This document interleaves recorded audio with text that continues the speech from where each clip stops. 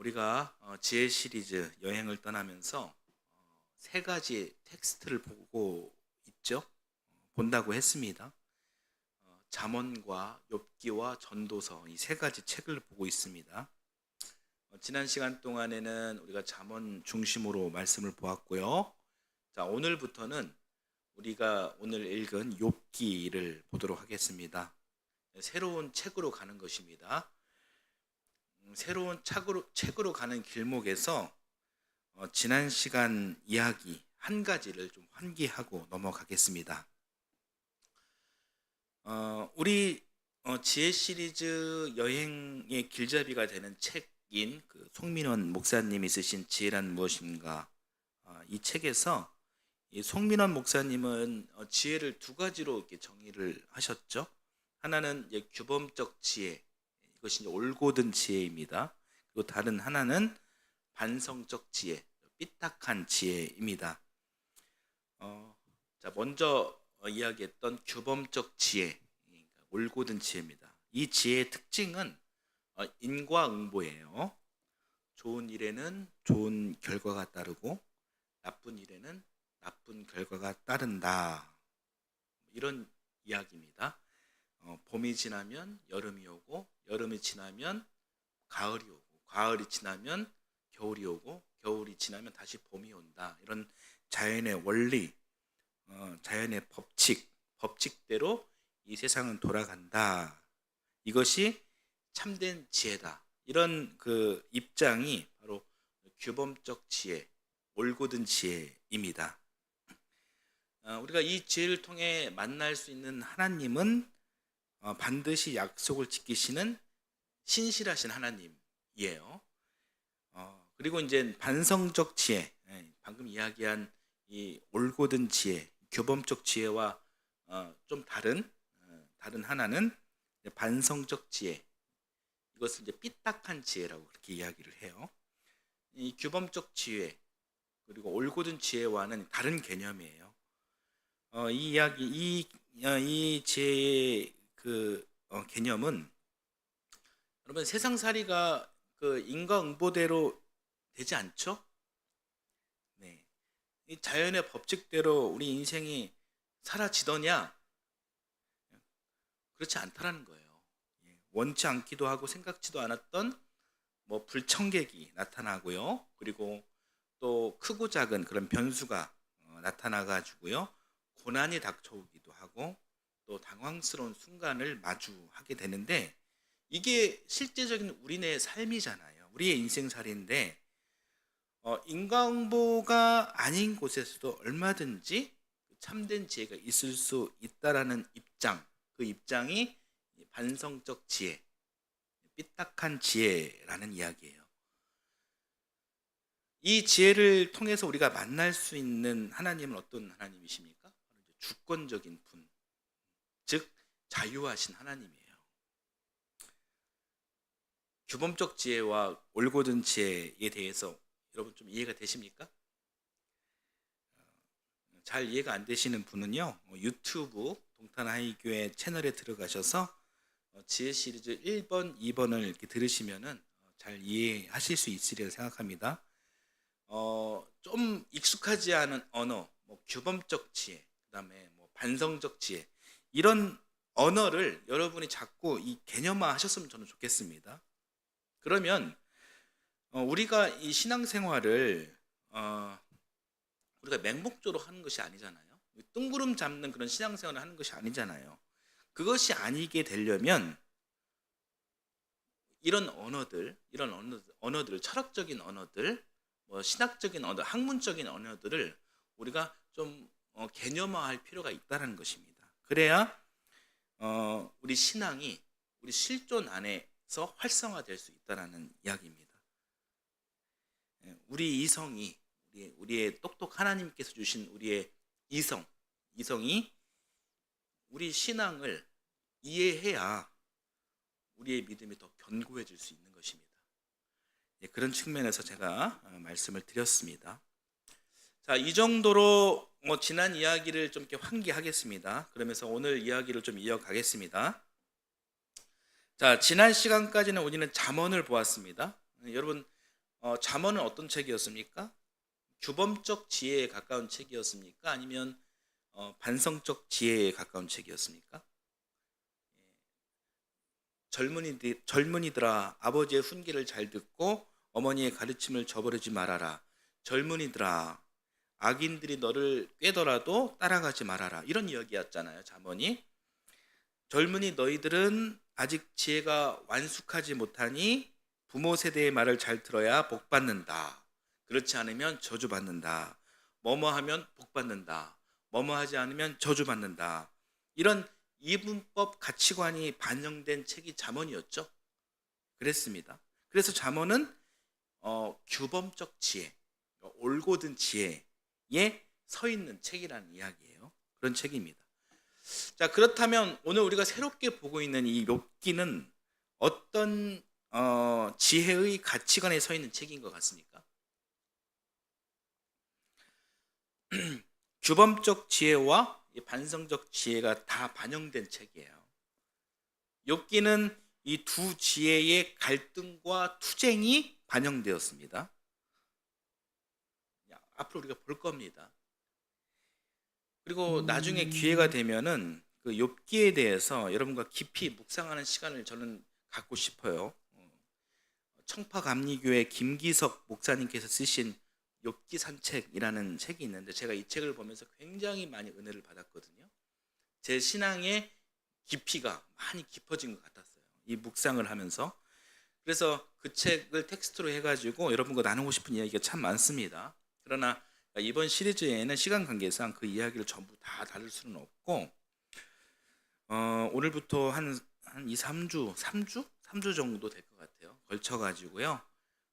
욥기 1장과 2장 이 부분이 서론이거든요. 욥기 서론. 그리고 42장이 결론인데 이 세 장만 보려고 합니다.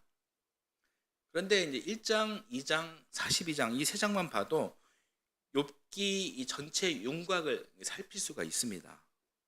규범적 지혜와 반성적 지혜가 어떻게 갈등하고 또 이것이 이 어떤 과정을 통해서 어떻게 결론 지어지는지 이 세 장만 봐도 우리가 잘 이해할 수 있을 것입니다. 이번 시리즈에서는 조금 아쉬울 수는 있어도 그 정도 하겠습니다. 자, 그러면은 욥기를 한번 보겠습니다. 먼저 1장 1절을 함께 다시 한번 1장 1절을 함께 읽어보겠습니다. 우스라는 곳에 욥이라는 사람이 살고 있었다. 그는 흠이 없고 정직하였으며 하나님을 경외하며 악을 멀리하는 사람이었다. 예, 욥기 서론에서 욥기 서론 1장 2장에서 제일 중요한 부분이 욥이 어떤 인물인지 소개하는 방금 1장 1절입니다. 자, 어디가 중요한 부분인 것 같습니까? 여러분 보시기에는 욥이 우스라는 곳에서 살았다. 이 부분이 중요할까요? 하나도 안 중요합니다. 욥이 어디 살았는지 여러분 기억 안 하셔도 돼요. 중요한 부분은 다음 이야기예요. 1. 첫 번째, 욥은 어떤 사람이었냐? 그는 흠이 없고 정직하였다. 그리고 2번, 하나님을 경외하였다. 그리고 3번, 악을 멀리하는 사람이었다. 다음 PPT 한번 보여주시겠어요? 예, 욥은 어떤 사람이었냐? 바로 1번, 2번, 3번 흠이 없고 정직하였다. 하나님을 경외하였다. 악을 멀리하였다. 욥은 이런 사람이었다라는 것입니다. 이게 중요한 거예요. 이게 서론에서 제일 중요한 이야기예요. 욥은 이런 평판을 갖고 산 사람이었습니다. 욥의 이 평판만 보았을 때 욥은 여러분 어떤 죄로 출중한 사람이었던 것 같습니까? 규범적 지혜예요. 그렇죠? 그러니까 욥의 기본적 바탕은 규범적 지혜의 소유자였다라는 거예요. 지난 시간까지 우리가 잠언을 보았죠? 이 잠언은 규범적 지혜의 세계관이 담겨진 책입니다. 욥은 어떤 사람이었냐? 바로 잠언의 세계관을 갖고 있는 사람이었다. 규범적 지혜의 소유자였다는 것입니다. 자, 잠언 2장 7절 말씀과 3장 7절 말씀 한번 봐볼게요. 자, 잠언과 그 욥기 1장 1절과 연결되는지 한번 볼게요. 자, 같이 한번 읽어보겠습니다. 정직한 사람에게는 분별하는 지혜를 마련하여 주시고 흠없이 사는 사람에게는 방패가 되어 주신다. 스스로 지혜롭다고 여기지 말고 주님을 경외하며 악을 멀리하여라. 예, 방금 우리가 읽은 이 잠언 말씀을 여러분 기억하면서 우리가 욥은 어떤 사람이었는가 다시 한번 여러분 상기를 해보십시오. 욥은 어떤 사람이었습니까? 흠이 없고 정직하였다. 하나님을 경외하였다. 악을 멀리하였다. 그렇죠? 예, 규범적 지혜로 출중한 사람, 잠언의 세계관을 가지고 있는 사람이었습니다. 욥은 그런 사람이었습니다. 이게 제일 중요한 부분입니다. 서론에서. 욥은 그렇게 참 부러운 사람이었어요. 사람들 사이에서 그런 평판이 있었던, 아주 좋은 평판이 있었던 그런 아주 좋은 사람이, 부러운 사람이었습니다. 진짜 부러운 것은 이 사람들뿐만 아니라 욥은 하나님께도 인정을 받았다라는 거예요. 욥기 1장 8절 말씀도 한번 봐볼게요. 1장 8절 같이 한번 읽어보겠습니다. 주님께서 사탄에게 말씀하셨다. 너는 내 종 욥을 잘 살펴보았느냐? 이 세상에는 그 사람만큼 흠이 없고 정직한 사람, 그렇게 하나님을 경외하며 악을 멀리하는 사람은 없다. 하나님 말씀이거든요. 얼마나 욥 부럽습니까? 하나님마저 욥을 이렇게 칭찬하고 계십니다. 읽지는 않겠지만 2장 3절에도 똑같이 하나님께서 욥을 그렇게 높여주십니다. 그렇습니다. 욥은 이런 사람이 확실한 거예요. 흠이 없고 정직하고 하나님을 경외하고 악을 멀리하는 사람이었다. 그는 모범적인 규범적 지혜의 소유자다. 확실합니다. 맞는 것 같죠? 이런 규범적 지혜의 원리는 아까 말씀드린 것처럼 인과응보예요. 좋은 일에는 좋은 결과가 따르고 나쁜 일에는 나쁜 결과가 따른다. 인과응보에 걸맞는 하나님의 별칭은 신실하신 하나님이라고 했죠. 반드시 약속을 지키시는 하나님께서는, 신실하신 하나님은 욥의 이 흠이 없고 정직하며 하나님을 경외하고 악을 멀리하는 이 욥의 모습을 보며 인과응보대로 하나님으로부터 큰 복을 받았습니다. 욥은요.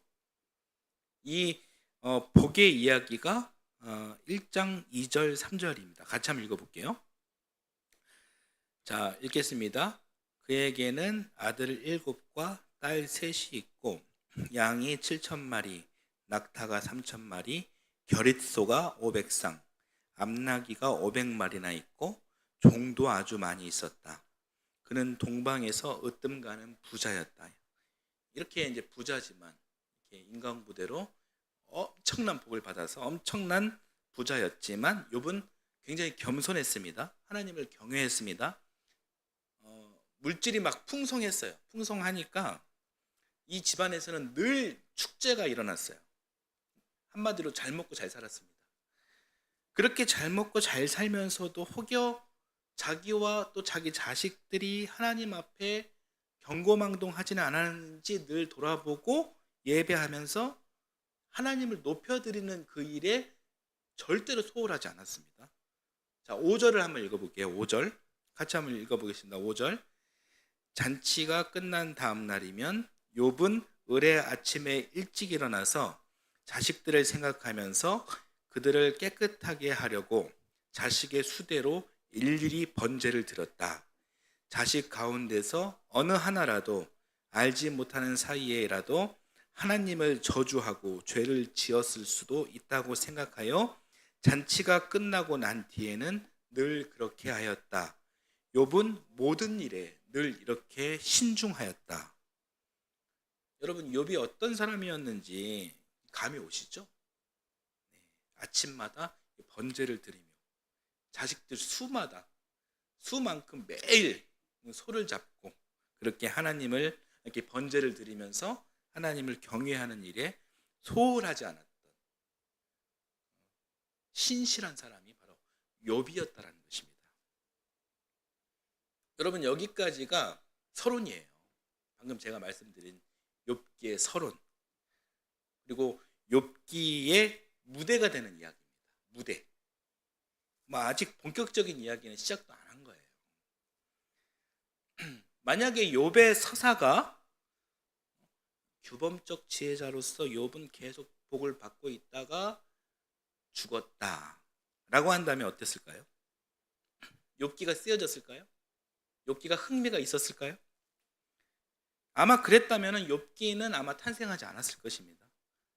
그러니까 일어나서는 결코 안 될 자연의 법칙, 원리, 패턴, 이것에 어긋나는 어떤 충격적인 일들이 욥의 인생에 펼쳐졌기에 욥기가 탄생하고 그리고 욥 그의 서사가 주목된 것입니다.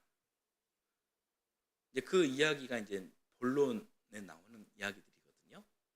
자, 앞으로 그런 이야기들을 좀 몇 주 동안 볼 것입니다. 자, 이제 이 욥기 서사의 무대가 이제 평온한 복받은 그런 무대에서 이제 새로운 무대로 이렇게 옮겨집니다. 이제 어디로 옮겨지냐면은 이제 생뚱맞게 이제 천상으로 자리를 옮겨요. 그러니까 1막에 불이 꺼지고 그리고 2막에 불이 켜지면서 무대의 배경이 이제 현세가 아닌 이제 천상이 된 것입니다. 하늘이 된 것입니다. 그러니까 이 무대에서 이제 누가 등장하냐면은 등장인물 1은 하나님이시고 등장인물 2는 하나님의 아들들 천사이고요. 등장인물 3은 사탄입니다. 그런데 등장인물 2 천사들은 엑스트라예요. 대사가 없어요. 그냥 하나님 옆에 그냥 멀뚱멀뚱 서 있는 그런 엑스트라예요. 주연급 배우는 하나님과 사탄입니다. 이 무대에서 사탄이 굉장히 중요한 이야기를 합니다.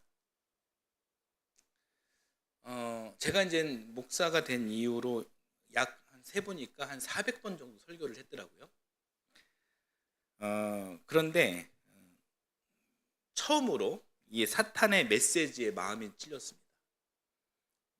사탄의 이 메시지에 양심이 찔렸습니다. 그래서 찔려가지고 이 메시지를 중심으로 제가 이번 주 설교 준비를 했거든요. 사탄의 메시지를 중심으로. 여러분 제가 걱정되십니까? 네, 걱정 안 하셔도 됩니다. 제가 사탄의 메시지에 감동을 받았다거나 은혜가 되었다는 이야기가 아니라 이 사탄의 메시지가 우리가 지금 하는 삶, 신앙생활에 허를 찌르는 대단히 날카로운 그런 메시지였다라는 그런 그 말을 하기 위해서입니다. 그 메시지가 오늘 본문이에요. 오늘 그 메시지를 볼 텐데, 자, 오늘 이 본문을 살펴보기 전에 자, 이 이야기를 먼저 정리를 하고 가겠습니다. 우리 기독교인들이 좀 오해하는 것이 하나가 있습니다. 그게 뭐냐면은 하나님과 사탄의 그런 개념에 대해서 잘못 이해하는 경향이 있습니다. 하나님과 사탄을 같은 선상에 바라볼 때가 있습니다. 같은 급으로 볼 때가 있어요. 예를 들어서 선한 영역은 하나님의 영역이고 그리고 악한 영역은 사탄의 영역이다. 그러니까 이런 프레임으로 이 사탄과 하나님을 동등한 선상에 있는 존재로 보는 거예요. 그러니까 선과 악이 충돌하여 싸우다가 선이 이기면 성령 충만, 하나님이 승리하셨고, 싸우다가 선과 악이 뭐 충돌해가지고 악이 이기면 악이 지배했다, 사탄이 승리했다, 이런 인식을 갖는 경향이 있다는 거예요. 그렇지만 이런 인식은 잘못된 인식입니다.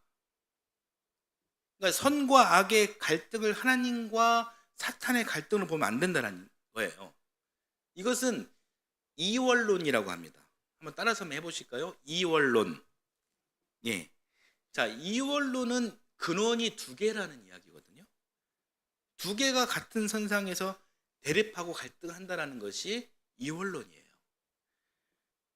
그러나 우리 기독교는요, 일원론 신앙입니다. 다시 한번 따라서 해보실까요? 일원론. 발음이 안 좋아요.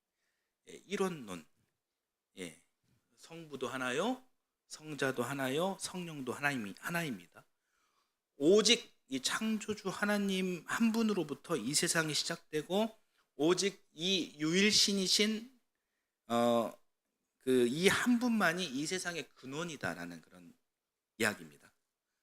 그러니까 일원론 신앙에 의하면 사탄은 자, 어떤 존재입니까? 이런 일원론에 의하면 하나님과 맞짱 뜰 수 있는 그런 존재입니까? 그건 하나님과 대등한 존재가 될 수가 없는 것입니다. 사탄이 존재한다면 이 사탄도 하나님의 피조물인 거예요. 왜 사탄을 하나님께서 창조하셨는지 그 뜻을 뭐 다 헤아릴 수는 없지만, 하나님께서 우리를 단련시키기 위해 우리를 시험하자 하실 때 이 사탄을 도구로 사용하십니다. 하나님께서 사용하는 도구인 거예요. 우리 인생의 모든 것 하나님으로부터 왔고, 우리의 고난까지도, 우리의 환난까지도 하나님으로부터 온 것입니다. 우리의 고난, 우리의 십자가, 이거 사탄이 준 것이 아니라는 이야기예요. 하나님은 늘 좋은 것만 주시는데 나에게 고난이 왔다. 이것은 사탄이 하나님을 이겨서 그렇게 된 것이다. 이런 것이 아니라는 이야기입니다.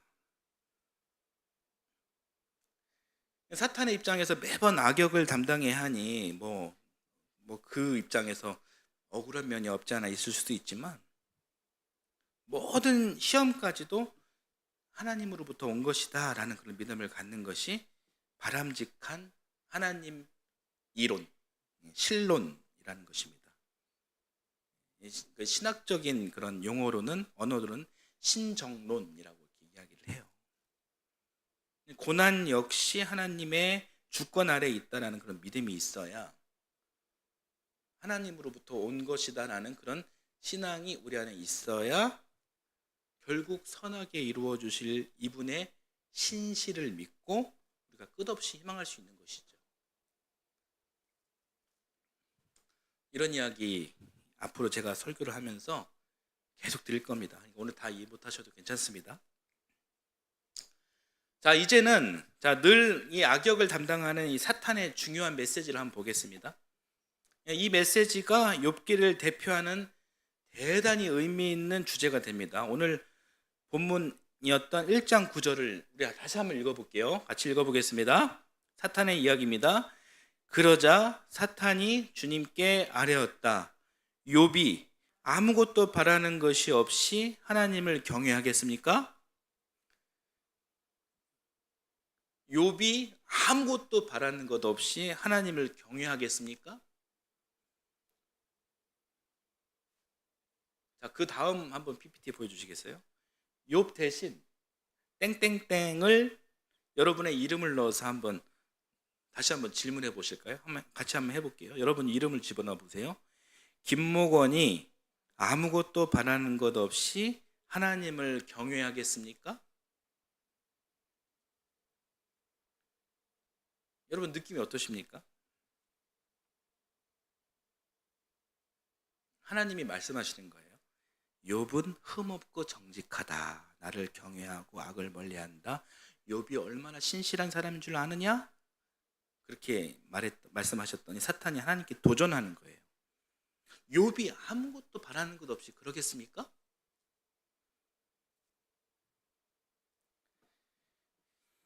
여러분은 사탄의 이 메시지를 듣고 어떤 마음이 드셨습니까? 저는 이 사탄의 질문에, 이 도전에 정말 양심이 찔렸어요. 허를 찔렸습니다. 사탄의 질문은 이런 거예요. 욥이 정말 사랑하는 것은 하나님 자체가 아니라 하나님 당신께서 주신 복이 아닐까요? 하나님께서 복 주신다고 하니까 하나님을 경외한 거 아니겠습니까? 어떻게 아무것도 바라는 것 없이 사람이 하나님을 경외할 수 있겠습니까? 사탄이 이렇게 묻는 거예요. 여러분, 사탄의 이 의심 어떻게 여겨지십니까?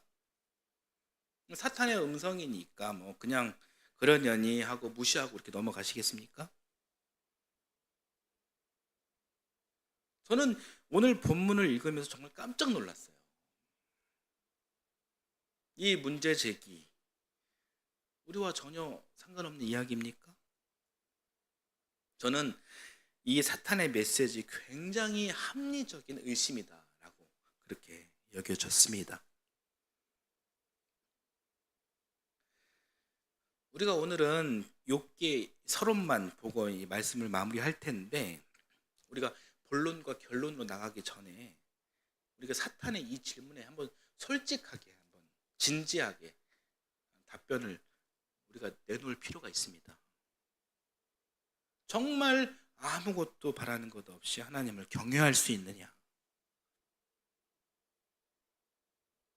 여러분, 정말 그럴 수 있습니까?